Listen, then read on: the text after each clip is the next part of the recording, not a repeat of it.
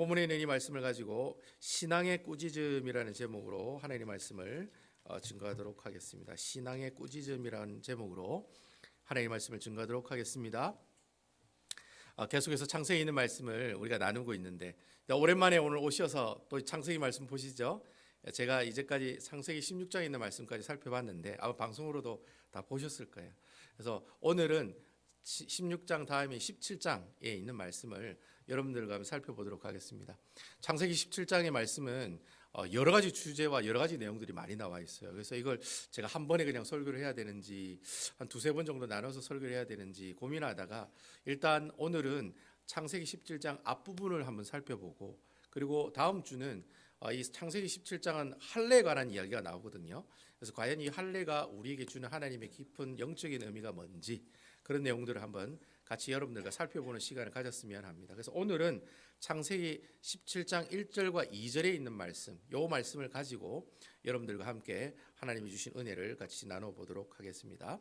우리 다 같이 창세기 17장 1절에서 2절에 있는 말씀, 우리 다 같이 한번 읽어보도록 하겠습니다. 다 같이 한번 읽어보겠습니다. 창세기 17장 1절에서 2절입니다. 시작. 아브라함이 99세 때 여호와께서 아브라함에게 나타나서 그에게 이르시되 나는 전능한 하나님이라 너는 내 앞에서 행하여 완전하라. 2절 내가 내 언약을 나와 너 사이에 두어 너를 크게 번성하게 하리라 하시니. 자, 오늘 본문에 보니까 아브라함이 나이가 몇 살이라고 얘기하고 있습니까? 99세라고 얘기하고 있습니다. 자, 여러분 99세니까 아브라함이 이삭을 몇 세 때 낳았죠? 100세 때 낳았습니다. 그러니까 여러분 딱 느낌이 오셔야 돼요. 이삭을 낳기 몇 년 전에 있었던 일이에요? 1년 전에 있었던 일이구나라고 이렇게 여러분 생각할 수가 있습니다. 여러분 그 창세기 16장에 보면 마지막에 아브라함이 이스마엘을 낳으니 몇 살이었더라? 86세였더라. 그렇게 하고 마칩니다. 아시겠죠? 그러니까 86세에서 99세니까 몇 년이 지난 겁니까? 이스마엘을 낳고 13년이 지났다라는 거죠. 그러니까 이스마엘은 지금 나이가 13살이고 그리고 아직 이삭은 태어나지 않은 그런 99세 때 나이에 하나님이 누구에게 나타나셨다는 겁니까? 하나님이 아브라함에게 나타나셨다는 겁니다. 이게 참 중요한 것 같아요. 아브라함이 이삭을 낳기 1년 전에 하나님이 아브라함을 만나셨다는 거예요. 이걸 우리가 염두에 두시고 1년 뒤에는 이삭을 낳는구나. 근데 이삭을 낳기 전에 하나님이 한번 누구를 만난 거예요? 아브라함을 만나셨구나. 근데 그때 그 나이가 이스마엘이 나이가 13살이었고 그리고 또 아브라함의 나이는 99세였더라. 이렇게 여러분 기억하고 계시면 도움이 되실 것 같아요. 근데 하나님께서 이 아브라함에게 나타나셔서 뭐라고 얘기하시느냐면 나는 전능하신 하나님이라 이렇게 얘기를 하고 있어요. 이 말 외에도 또 한 두 마디 정도 더 하시는데 오늘 일단 나는 전능하신 하나님이다라는 이 말을 어떻게 해요? 지금 아브라함에게 이야기하고 있다는 거예요. 근데 여러분 이 내용을 딱 그냥 읽으시면 나는 전능하신 하나님이다 이렇게 읽으시면 그냥 뭐 별다른 그런 느낌이 안 오시죠. 근데 실질적으로 우리가 앞에 창세기 15장과 16장에 있었던 사건을 우리가 생각해 보면 나는 전능하신 하나님이다 라고 하는 이야기는 어떤 뉘앙스를 가지고 있느냐면 제가 지금 은총이를 키우고 있지만 은총이가 저에게 잘못을 했어요. 그럼 잘못을 하면 제가 은총이한테 뭐라고 얘기를 합니까? 막 은총이가 반항을 해요. 아빠 이러실 수 있습니까? 저러실 수 있습니까? 반항을 해요. 지금 반항은 안 하겠지만 어쨌든 그냥 반항을 했다고 하면 제가 뭐라고 하겠습니까? 휘 이래 할 수도 있지만은 말로 한다면 어떻게 하겠습니까? 내가 네 아버지기 때문에 내가 네한테 이래 얘기한다. 그렇게 얘기할 수 있어요, 없어요? 그렇게 얘기할 수 있는 거예요. 내가 네 엄마야. 내가 네 아빠야. 아빠니까 얘기하는 거야. 이때 그 뉘앙스는 자녀를 꾸짖는 뉘앙스입니까? 아니면 칭찬하는 뉘앙스입니까? 꾸짖는 뉘앙스라는 거예요. 그러니까 여러분 나는 전능하신 하나님이라 라고 이래 얘기하면 여러분 보통 성경을 읽으시면 그래 전능하신 하나님 맞지? 우리 하나님은 능력이 많으시고 뭐든지 다 하시는 하나님 맞지? 그냥 이렇게 우리가 받아들일 수 있는데 실질적으로 나는 전능하신 하나님이라는 이 말의 속뜻은 하나님이 지금 아브라함을 어떻게 하신다는 거예요? 혼내시고 꾸중하시는 그런 분위기로 아브라함에게 이야기하고 있다라고 하는 겁니다. 아시겠죠? 그러니까 이 내용을 알려면 앞에 창세기 15장과 16장 내용을 알아야지 이 전능하신 하나님이라고 하는 이야기가 아브라함이 하나님에게 꾸짖는 내용이라는 사실을 알 수가 있다는 거예요. 여러분, 창세기 15장에 무슨 얘기가 있었습니까? 창세기 15장에 하나님이 아브라함과 뭐예요?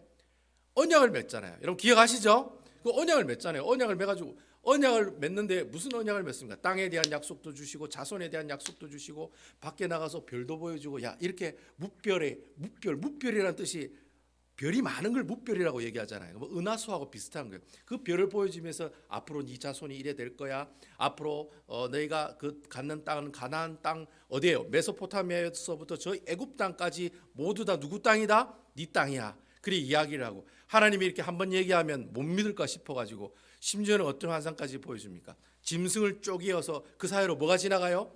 횃불이 지나가잖아. 이 말이 무슨 말이냐면 니캉 내캉 약속 어기면 이 짐승이 쪼개지는 것처럼 너도 어떻게 된다?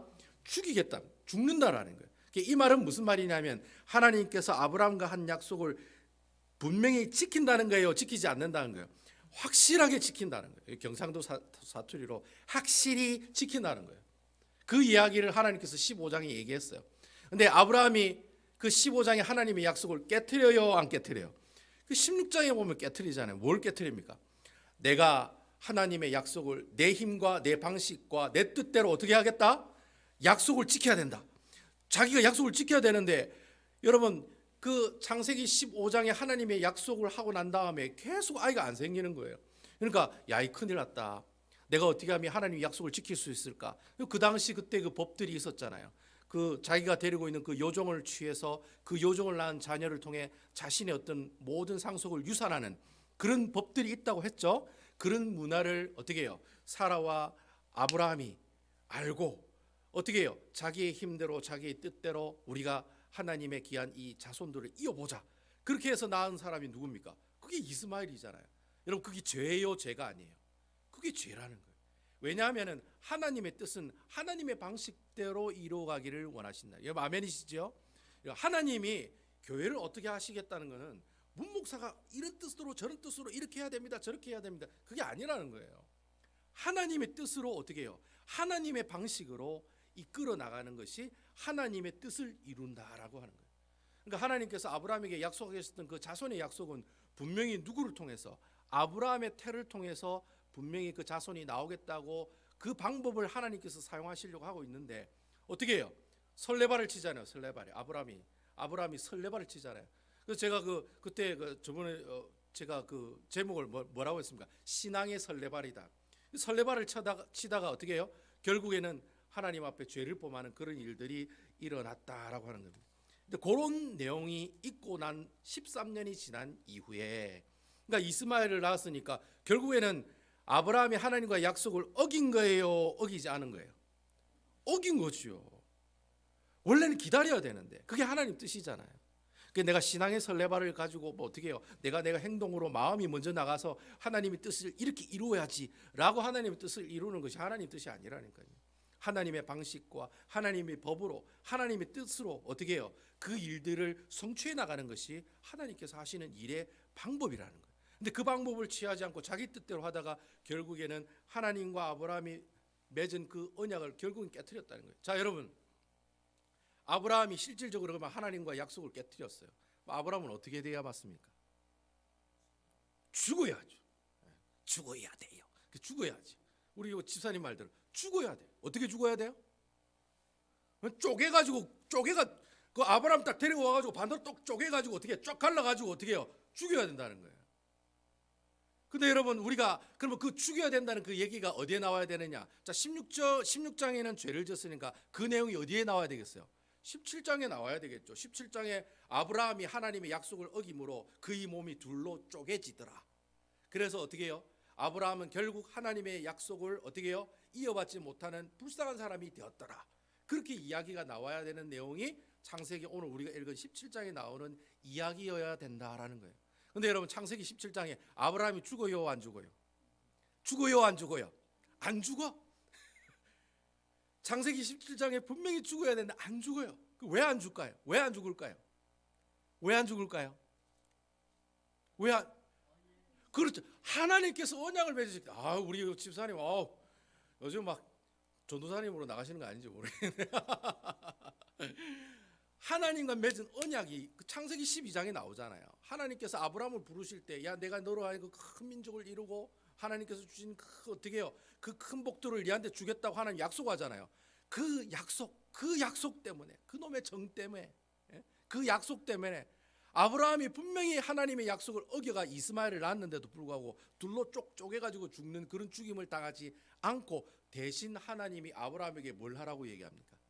그 대신 할례를 하라고 이야기한다는 겁니다. 그래서 이 할례에 관한 이야기는 제가 다음 주에 coming soon, to be continue. 제가 다음 주에 제가 이 할례에 관한 그런 의미를 가지고 있다는 거예요. 이 할례라는 게 그냥 여러분 남자가 태어나면 8일 만에 복용수술 시켜 이게 할례가 아니라 할례의 의미는 원래 아브라함이 죽어야 되는데 하나님께서 죽이지 않고 어떻게 해요? 그냥 살짝 어떻게 해요? 내 살을 찢으면서 어떻게 해요? 자르면서 뭘 기억하라는 거예요? 하나님의 언약을 기억하라는 거야. 야, 너 잊어버리면 안 돼. 요번에 잊어버리면 내가 요번에 살짝 잘랐지만 이제 잊어버리면 어떻게 해요? 나중에 보면 어떻게 해요? 아예 끊어버리게 하리라. 오늘 읽어보니까 마지막에 그래 나오잖아요. 아예 네가 할례를 안 하면 내 백성 가운데 어떻게 하리라? 끊쳐버리겠다. 쳐내겠다. 그래 얘기를 하는 거예요. 그래서 우리가 뭐 꼭 할례를 해야 되느냐 예수 믿는 사람들 이런 의미를 얘기하는 것이 아니라 이런 얘기들은 제가 다음 주에 여러분들과 함께 같이 나눠보도록 할게요. 어쨌든 17장에는 아브라함이 죽어야 되는데 안 죽어. 그러니까 안 죽으면서 하나님께서 오늘은 어떻게 해요? 아브라함에게 꾸짖는 내용이 나온다는 거예요. 그 꾸짖는 내용이 이 세 단어의 모습으로 우리에게 보여주고 있다라고 하는 겁니다. 아시겠죠? 자, 하나님께서 아브라함이 약속을 지켜야 되는데 약속을 안 지켰어요. 여러분 하나님 입장에서 기분이 나쁘겠어요? 아니면 기분이 좋겠어요? 예? 예? 제가 아내하고 살고 있습니다. 아내랑 저랑 약속이 있는데 아내가 약속을 안 지켜줘. 오늘 맛있는 콩나물밥을 해주게 되는데 콩나물밥 안 해주고 라면 끓여 먹어야 자기야 미안해 이래서요. 약속을 어겼어. 마음이 섭해요 안 섭해요? 섭하지요. 나는 콩나물밥을 먹고 싶은데 라면 끓여 먹어 미안해 이러면 섭하지요. 하나님 마음도 똑같다는 거예요. 아브라함과 약속을 얼마나 아브라함을 사랑했으면 계속해서 약속을 했겠어요. 심지어는 어떻게 해요? 짐승을 쪼개가지고 불까지 지나가게 하고 그런 일을 2번이나 보여주잖아요. 그러면서 하나님께 아브라함이 약속을 지키겠다. 네 꼭 지켜야 된다. 꼭 그렇게 해라. 그래 분명히 신신당부했는데도 불구하고 결국에는 아브라함이 그 언약을 어떻게 해요? 깨트리게 되잖아요. 그럼 하나님 입장에서는 어떻게 해요? 이거 막 죽이고 싶은데도 어떻게 해요?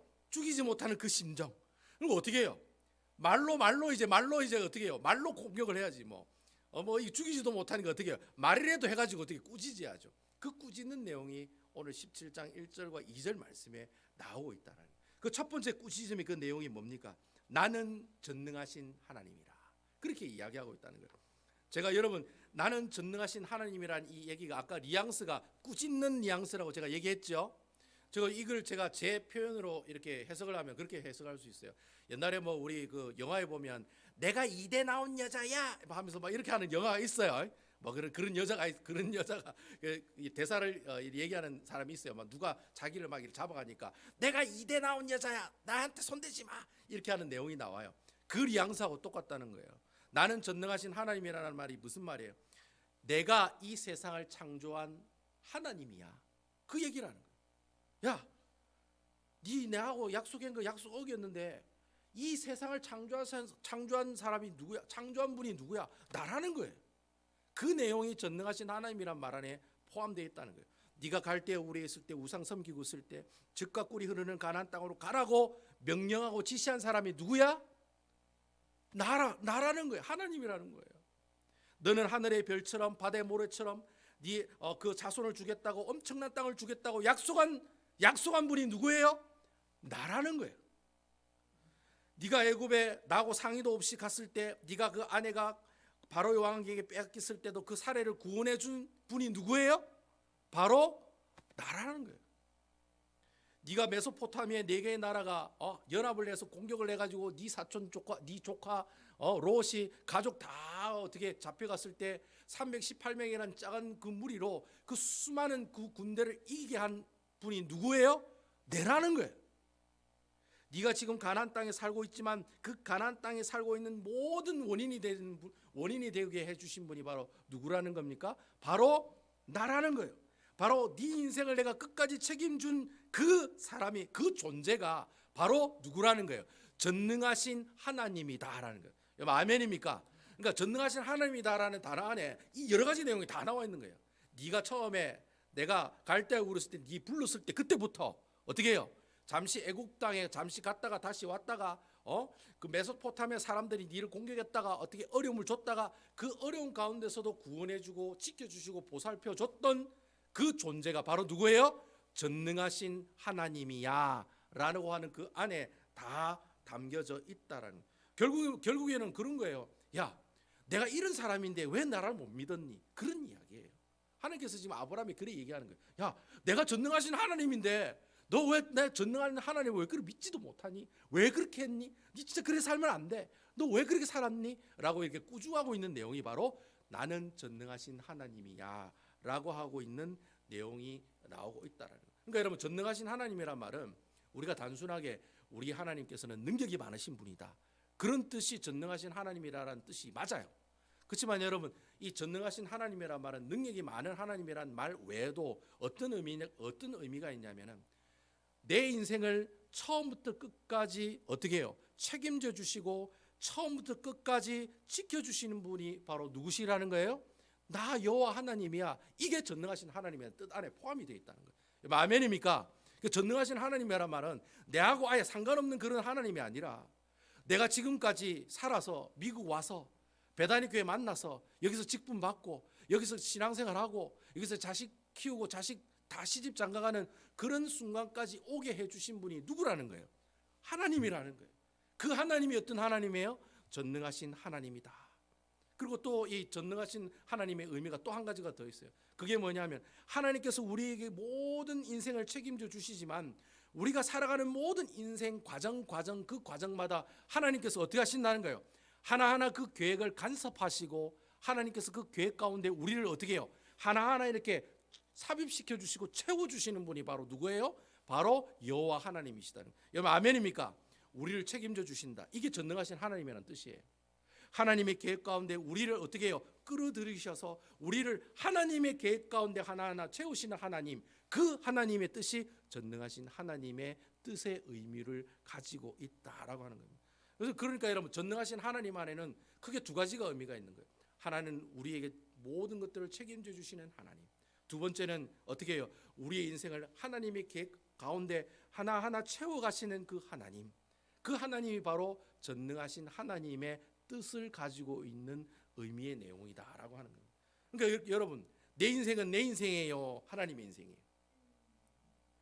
전능하신 하나님이 두 가지 의미가 있다면 나를 책임져 주시고 하나님의 계획 가운데 나의 모든 삶들을 하나하나 개입시켜 주시고 책임져 주시는 분이라면 내 인생은 내 인생이에요, 하나님의 인생이에요. 하나님의 인생이라는 거예요. 여러분 아멘이시죠? 예. 바로 그 전능하신 하나님이라고 하는 단어 안에 이 두 가지 전능하신 하나님의 의미를 우리에게 이야기하시면서 어떻게 해요? 아브라함을 꾸짖고 계신다는 거예요. 내가 너를 책임져 주는 사람이야. 내가 네 인생 책임져 주는 사람이야. 내가 내 인생 네 마음대로 살라고 준 게 아니라 하나님의 뜻과 계획 안에 하나하나 채워나가게 하기 위해서 내가 너를 이 땅에 있게 해서 그 존재가 바로 누구예요? 전능하신 하나님이다. 왜 너 그거 몰랐니? 라고 꾸짖고 있는 내용이 첫 번째, 나는 전능하신 하나님이다 라는 꾸짖음이라는 거예요. 그러면 그 두 번째 꾸짖음이 뭐냐? 뭐 또 하나님께서 뭘 가지고 또 꾸짖으시냐? 두 번째 꾸짖는 이야기는 바로 1절에 보면 나와요. 자, 1절에 보시면 너는 내 앞에 어떻게 하라? 행하여라고 되어 있어요. 너는 내 앞에 행하여라고 되어 있어요. 처음에는 나는 전능하신 하나님이라 이거 가지고 꾸짖으시고, 두 번째는 뭘 가지고 꾸짖으세요? 너는 내 앞에서 행하여라는 이 말을 가지고 아브라함에게 꾸짖고 있다는 거예요. 자, 그러면 행하여라고 되어 있지만 실질적으로 여러분 히브리어 원문에 보면 이 내용은 행하라라고 명령형으로 되어 있어요. 그래서 여러분 너는 내 앞에서 행하라 이런 내용으로 해석할 수가 있다는 거예요. 누구 앞에서 행하라는 거예요? 하나님 앞에서 행하라는 말이에요. 이 행하라는 말이 히브리어 원문에 보면은 걸어가다는 뜻이에요. walking이에요. walking. 걸어가다는 뜻. 근데 이 걸어가다는 뜻을 또 다른 말로 표현하면 살아간다라고 하는 뜻도 된다는 거예요. 결국 내 앞에서 행하여라는 뜻은 어떤 뜻이에요? 네가 내 앞에서 어떻게 해요? 살아가라라고 하는 뜻이 바로 내 앞에 행한다라는 그 뜻을 가지고 있다는 거예요. 자, 우리가 인생을 살아가다 보면 사람 앞에 살아가지 말고 누구 앞에서 살아라는 거예요? 하나님 앞에서 살아가는 거예요. 여러분 우리가 자녀를 키울 때 보면 자녀가 나중에 뭐 첫째 아이들 같은 경우에 뭐 둘째 아이들 어쨌든 아이를 낳으면 그 아이가 나중에 1년쯤 지나면 아이가 걸어요 안 걸어요? 걷잖아요. 그럼 그 걸을 때 아빠가 앞에 있어요 뒤에 있어요 옆에 있어요? 어디에 있어요? 앞에 있죠. 그러니까 앞에 있는 아빠를 보고 아기가 앞에 있는 할아버지 할머니를 보고 손녀 손주가 어떻게 해요? 아장아장 할미 하면서 걸어오잖아요. 그래요 안 그래요 지선이? 할미 하잖아요. 요즘 미국에 태어난 애들은 할머니라고 할미 하면서 달려오잖아요. 그래요 안 그래요? 그게 달려온다는 거예요. 그러니까 아이가 앞에 있는 아빠를 보고 달려오는 것처럼 하나님께서는 우리가 어떻게 해요? 내가 예수쟁이고 내가 예수 믿는 사람이면 내 앞에 돈이 있어야 돼요? 하나님이 있어야 돼요? 하나님이 앞에 있어야 된다는 거예요. 그러니까 돈 보고 막 쫓아가는 사람이 예수 믿는 사람이 아니라는 거예요. 네가 예수 믿는 사람이고 네가 그리스도인이면 내 앞에 돈이 아니라 돈 그 앞에 누가 계셔야 돼요? 하나님이 계셔야 돼요. 그 하나님이 계시는 그 모습들, 그리고 내가 하나님을 보고 걸어가야지. 나중에 아이가 아장아장 걸어가다 앞으로 막 자빠지거나 뒤로 자빠지면 아빠가 잡아줘요 안 잡아줘요? 너는 강하게 커야 돼. 계속 쓰러져 있어. 이라는 부모도 있을 수도 있어요. 하지만 여러분 그런 부모들보다 애가 막 넘어지면 오 하면서 어떻게 해요? 잡아주잖아요. 여러분 아멘이시지요? 우리 주님 앞에 하나님, 내 앞에 하나님이 계시면 내가 위태위태하고 막 넘어지고 막 내가 낙심하고 내가 어려움이 있을 때 하나님께서 내 팔, 내 손을 잡아주세요 안 잡으세요? 잡아주지요. 자아가 쓰러질까 싶어가지고 계속해서 지켜보잖아요. Watching to me. 하나님께서 나를 계속해서 쳐다보신다. 하나님 앞에 내가 있어야지만 그 일이 가능하다라는 거예요. 그러니까 하나님께서 얘기하는 거예요. 야 아브라함아, 네가 사람 앞에 있으면 안 돼. 누구 앞에 있어야 된다는 거예요? 하나님 앞에 있어야 돼. 그렇게 하나님 앞에 있어야지 내가 네를 어떻게 준다는 거예요? 내가 네를 잡아주든지, 내가 네를 구해주든지, 내가 너를 보호해주든지, 아니면 내 손을 잡아서 어떻게 해요? 하나님께서 원하시는 곳으로 이끌어갈 수가 있다는 거예요. 결국 하나님 앞에서 살아가라는 말은 결국에는 누구를 온전히 의지하고 살아가라는 겁니까? 하나님을 온전히 바라보고 의지하고 살아가라는 거예요. 그러니까 아브라함이 그래 못 살았잖아요. 하나님을 온전히 믿었으면 뭐 아이가 아직도 안 나오더라도 뭐 옆에 있는 부인이 뭐 꼬바랑 할머니가 되더라도 하나님의 약속을 끝까지 잡고 있고 인내하고 있었으면 이삭이 태어날 건데, 그러니까 1년 전에 하나님께서 지금 꾸짖는 거예요. 1년 전에. 그러니까 99세 때 1년 전에 하나님이 나타나서 꾸짖는 거예요. 야, 네가 내 앞에 있으면 돼. 그 이야기를 1년 전에 지금 하고 계신다는 거예요. 그러니까 이 하나님께서 그렇게 이 두 번째 명령과 꾸짖음으로 그렇게 이야기하시는 거예요. 이제는 더 이상 어떻게 해요? 세상을 보지 말고 누굴 봐요? 내 앞에 있는 하나님을 바라는 거예요. 그러면 어떻게 해요? 네가 다시는 그 하나님의 그 약속을 어기지 않을 거라고. 그게 두 번째, 내 앞에서 행하여라는 그 단어를 가지고 아브라함을 꾸짖고 있다는 거예요. 그 마지막으로 하면 세 번째, 어떤 꾸짖음을 이야기하고 있느냐. 세 번째는 뭐예요? 행하고 뒤에 뭐라고 되어 있습니까? 완전하라 되어 있어요. 완전하라. 여러분, 완전하라는 이 말도 명령형입니다. 여러분 성경을 여러분 읽어보시면 성경 인물 중에 완전하다고 하나님께 칭찬받는 사람 두 사람이 있어요. 한 사람 누굽니까? 우리 앞에 있었는데, 예? 다윗은 저 뒤에 있는 사람이죠. 예? 아브라함 앞에 누구 있었어요? 누가 있었어요? 노아가 있었죠. 예, 노아가 있었지. 노아는 하나님 앞에 완전한 자로 칭찬받았어요. 근데 여러분 그 성경에 보면 노아는 원래 하나님 앞에 완벽하게 그렇게 퍼펙트하게 살아간 사람이었어요. 그래서 완벽하게 살아간 그 사람을 보고 하나님이 노아에게 뭐라고 해요? 저 사람은 완전한 사람이다 라고 칭찬을 하셨어요. 근데 여러분 이 노아가 하나님께 칭찬을 받았는데 또 한 사람이 더 있어요. 누구한테 칭찬을 하나님 앞에 완전한 자라 칭찬받은 사람 또 한 사람 더 있어요. 누구죠? 바로 아브라함이라는 사람이 아브라함. 근데 여러분 우리가 지금까지 앞에 아브라함을 쭉 봤어요. 봤어요 안 봤어요? 완전한 사람이에요? 아니면 완전하지 않은 사람이에요? 어째 보면 무목사보다도 믿음이 더 없는 사람처럼 보여요. 그렇잖아요. 결국에는 하나님의 언약을 어기잖아요. 기다리라 했는데 안 기다리고 이스마엘 낳고, 예? 애굽에도 어떻게 해요? 가뭄이 생겼다고 하나님 앞에 한마디도 상의도 안 해요. 어떻게 해요? 모든 사람들이 다 그 당시 가뭄이 들면 다 애굽으로 가. 그러니까 자기도 그냥 애굽으로 간 거예요. 남이 다 하니까 그렇게 한 거예요. 그 애굽에 가가지고 결국에 하나님하고 상의하지 않고 애굽에 가지고 진탕 어떻게 해요? 마누라가 뺏길 뻔한 그 사건이 일어나잖아요. 그러니까 아브라함은 어떻게 보면 하나님 앞에 순종해서 갈대우를 떠나 하란 땅에 갔다가 하란 땅에서 가나안까지 왔지만은 그 인생을 돌아보면은 아브라함이 하나님에게 완전한 사람이라 칭찬받는 정도의 믿음을 가지고 있는 사람은 아니라는 거예요. 자, 그러면 여러분 한번 생각을 해보세요. 왜 아브라함은 완전한 사람도 아닌데 나중에 하나님께서는 이 아브라함을 완전한 사람이라고 칭찬을 하셨다는 거예요. 그럼 여러분 이 완전하다는 말은 어떤 의미냐면은 지금 완전하라 이 말은 네가 지금 완벽하게 살아라 이 얘기가 아니라는 거예요.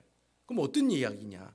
네가 앞으로 완전한 사람이 되는 것을 목표로 삼는 사람으로 어떻게 해라? 살아가라는 거예요. 지금 제가 여러분들에게 집사님 완전하게 살아가십시오, 퍼펙트하게 살아가십시오 라고 하나님이 우리에게 이야기하고 있는 게 아니라 네가 지금 불안한 거 내가 알아, 네가 잘 못하는 거 내가 알아, 네가 믿음이 어떨 때는 좋다가 어떨 때는 안 좋다는 거 내가 다 알아. 너는 지금 완벽한 사람이 아니야. 하지만 너는 어떤 목표를 가지고 있어야 되는 거예요? 완전한 사람이 된다는 목표를 가지고 살아가는 모습들은 우리에게 있어야 된다는 거예요? 없어야 된다는 거예요? 있어야 된다는 거예요. 그러니까 여러분 아브라함은 대기만성형 사람이에요. 믿음이 그래 좋은 사람이 아니에요. 근데 점점 시간이 지나면 그 믿음이 커지고 나중에는 아브라함을 무엇의 조상이다? 믿음의 조상이라고 이야기하잖아요. 그러니까 아브라함은 처음에는 그 과정 하나가 하나님에게 완벽하다 칭찬받는 사람이 아니었다는 거예요. 근데 점점 시간이 지나갈수록 그러니까 아브라함이 목표가 있었던 거예요. 무슨 목표가 있었어요? 완전한 사람으로 살아가고자 하는 목표가 있었다는 거예요. 그래서 여러분 그 목표를 따라 살아가다 보면 힘들어요, 안 힘들어요? 솔직히 예수 믿기 힘들어요, 안 힘들어요? 예수 믿기 힘들지요. 예수 믿기 쉬운 사람이 어디 있어요? 예수 믿기 다 힘들지. 예수 믿는 거 힘들어요, 여러분. 내가 예수 믿는 거 힘든데도 불구하고 어떻게 해요? 하나님께 완벽한 사람이나 칭찬받는 사람의 목표를 두고 살아가는 모습들은 있어야 돼요, 없어야 돼요? 있어야 된다는 거예요. 그럼 나중에 내가 하나님 앞에 야 그래 고생했다, 아이고 그래 집사님 고생했어요, 하나님께서 아이고 그래 김 집사 고생했다, 하나님께서 칭찬하시고 완전한 자로 칭찬하실 때 그러면 그 칭찬을 하신다는 그 말은 어떤 말이에요? 지금은 당장 내가 부족하지만 나중에 어떻게 해요?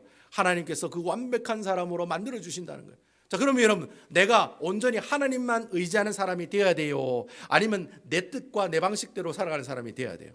완전한 자가 되려면 어떻게 해요?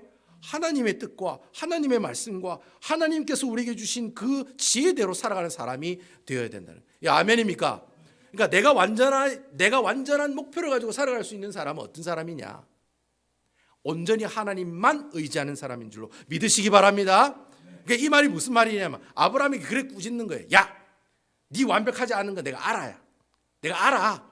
하지만 네가 앞으로 하나님의 말씀에 어떻게 하면 순종할 수 있을까? 내가 어떻게 하면 하나님의 말씀을 어떻게 해요? 지켜나갈 수 있을까? 그런 어떻게 해요? 목표를 정해놓고 그 목표를 정해놓고 누구만 의지해요? 하나님만 의지하고 살아가면 네가 완전한 자가 될 수 있다는 거예요, 없다는 거예요? 내가 완전한 자가 될 수 있다는 거예요. 아멘이시죠? 그걸 지금 꾸짖고 있는 거예요. 지금 아브라함이 야 너 완벽한 사람이 아니니까 너 나쁜 놈이야, 나쁜 사람이야 라고 꾸짖고 있는 것이 아니라 네가 앞으로 완전한 사람으로 살아가고자 하는 그 목표를 두고 누구를 의지해요? 하나님만 의지해가 살아가면 어떻게 해요? 네가 하나님의 약속을 지킬 줄 아는 아름다운 믿음의 조상으로 커갈 수 있다는 거예요. 그 얘기를 지금 이 세 번째 완전한 자라, 완전한 사람이 되어라 라는 꾸짖음을 통해 우리에게 이야기해도 좋다는 거예요. 네가 실패해도 괜찮다는 거예요. 괜찮다는 거예요. 네가 내 사업이 망해도 괜찮다는 거예요. 교회가 어려워도 괜찮다는 거예요. 그 대신 그 목표는 뭐예요? 하나님이 기뻐하시는 교회가 되어야지라는 그 목표는 항상 가지고 있고 오직 누구만 의지하고 하나님만 의지하고 하나님만 바라보고 믿음의 주여 나를 온전케 하시는 누구를 바라보자? 예수를 바라보자. 아멘이시죠? 그 예수만을 바라보고 나가는 그 사람을 두고 어떻게 해요? 하나님께서 이 완전하라는 꾸짖음으로 우리에게 이야기하고 있다라고 하는 거예요. 그러니까 하나님께서 이 짧은 1절과 2절 9절에 아브라함을 세 가지 내용으로 지금 책망하고 꾸짖고 있다는 거예요. 첫 번째가 뭡니까? 전능하신 하나님이 나는 전능하신 하나님이다. 내가 이런 사람이다. 그러니까 어떻게 하라는 거예요? 나만 의지하라는 거예요. 내가 지금까지 처음부터 끝까지 갈대우르스에부터 가난 지금까지 누가 너를 책임져 주냐? 내가 책임져 줬다는 거예요. 내가 너를 붙들어주고 내가 너희 하나님 계획 가운데 너희 모든 인생을 내가 개입하시고 하나님께서 채워나갔다는 거예요. 그 전능하신 하나님을 의지하라는 거예요. 이게 바로 첫 번째 꾸짖음이었고, 두 번째 꾸짖음이 뭐예요? 물질 앞에서 행하지 말고 누구 앞에서? 주 앞에서 행동하는 사람이 되라는 거예요. 주 앞에서. 여러분 아멘이시죠? 이 말은 온전히 하나님만 의지하고 바라보는 사람이 되라는 거예요. 앞에 있는 하나님 보고 걸어가면 내가 쓰러지면 하나님 다시 이렇게 세워주신다는 거예요. 그걸 믿고 오직 주님 앞에 행해 나가는 사람이 되라, 이 말이에요. 그리고 마지막 세 번째는 뭐라고 꾸짖습니까? 완전한 자로 살아가겠다고 목표를 가지고 누구만을 의지하면서, 하나님만을 의지하면서 살아가면 그 목표를 이룰 수 있다 없다? 이룰 수 있다라는 거예요. 비록 내가 지금은 믿음이 작은 사람이지만 나중에 하나님께 불려가 주님 앞에 나가면 어떻게 해요? 잘했다 충성된 종이라 칭찬받는 아름다운 주의 백성들이 된다라고 하는 겁니다. 아멘이시죠? 이런 세 가지 꾸짖음을 통해 우리에게 이야기하고 있다는. 그럼 내가 이런 세 가지 꾸짖음을 내가 들었어요. 그러면 그대로 그 세 가지 꾸짖음을 받아들여서 하나님 말씀대로 순종하며 살아갔다면 하나님께서 우리에게 어떻게 해주시겠다? 그 얘기가 몇 절에 나와요? 2절에 보면 나온다는 거예요. 네가 이 세 가지 꾸짖음을 잘 받아들이면 내가 이렇게 해주겠다. 어떻게 해줘요? 자, 우리 2절에 있는 말씀 다 같이 한번 읽어보겠습니다. 2절 시작. 내가 내 언약을 나와 너 사이에 두어 너를 크게 번성하게 하리라 하시니. 내가 너를 어떻게 해주겠다? 크게 번성하게 해주겠다. 여러분 아멘입니까?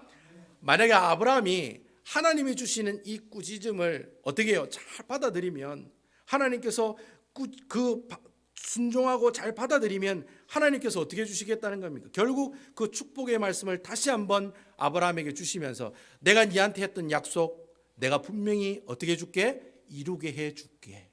그래서 여러분 1년 뒤에 누가 태어나요? 이삭이 태어나는 거예요.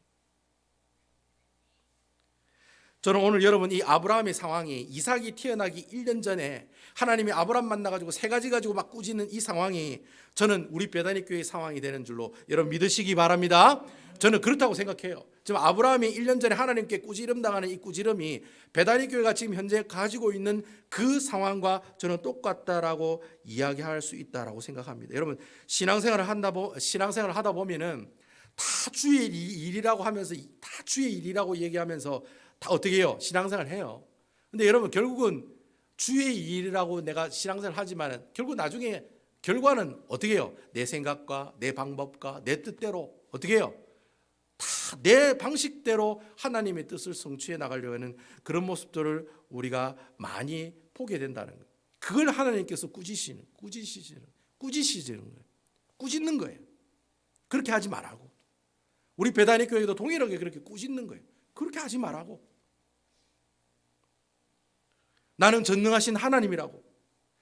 지금까지 이 교회가 세워지고 지금까지 하나님께서 어떻게 해요? 지금까지 하나님께서 지켜주시고 함께해 주셨다는 거예요. 아멘이시죠? 그 하나님이 전능하신 하나님이라고요. 하나님께서 이 베다니 교회를 통해서 하나님이 계획하신 대로 하나하나 채워 나가셨다는 거예요. 그러니까 하나님의 계획이 여기서 끝이야 하면 끝인 거예요. 근데 하나님의 계획이 아니야, 계속 컨티뉴야, 투비 컨티뉴야, 그렇게 얘기하시면 하나님께서 이 교회를 통해 어떻게 해요? 사용하시고 이 교회를 통해서 더욱더 큰 일들을 감당케 해주신다는 거예요. 아멘이시죠? 그 하나님이 어떤 하나님이에요? 전능하신 하나님이라는 거예요. 그리고 내가 이제부터 걸어가는 이 인생이 어떻게 해요? 사람이 도와주겠지, 물질이 도와주겠지, 뭐 어떻게 하면 되겠지, 이게 아니라는 거예요. 하나님께서는 어떻게 해요? 앞에 하나님을 두고 가는 그 인생을 하나님께서는 어떻게 해주신다? 지켜주신다는 거예요. 아멘이시죠? 뭐 잘 되겠지, 뭐 나중에 어떻게 되겠지, 이게 아니라는 거예요. 내가 하나님 앞에 있을 때 하나님께서 어떻게 해요? 우리를 붙잡아 주시고 지켜주시고 보존해 주시고 함께 해 주신다는 거예요. 그리고 마지막으로 너가 지금 실패해도 괜찮다. 내가 지금 잘 안 돼도 괜찮다. 실패하는 게 중요한 게 아니라는 거예요. 실패하는 게 중요한 게 아니에요, 여러분.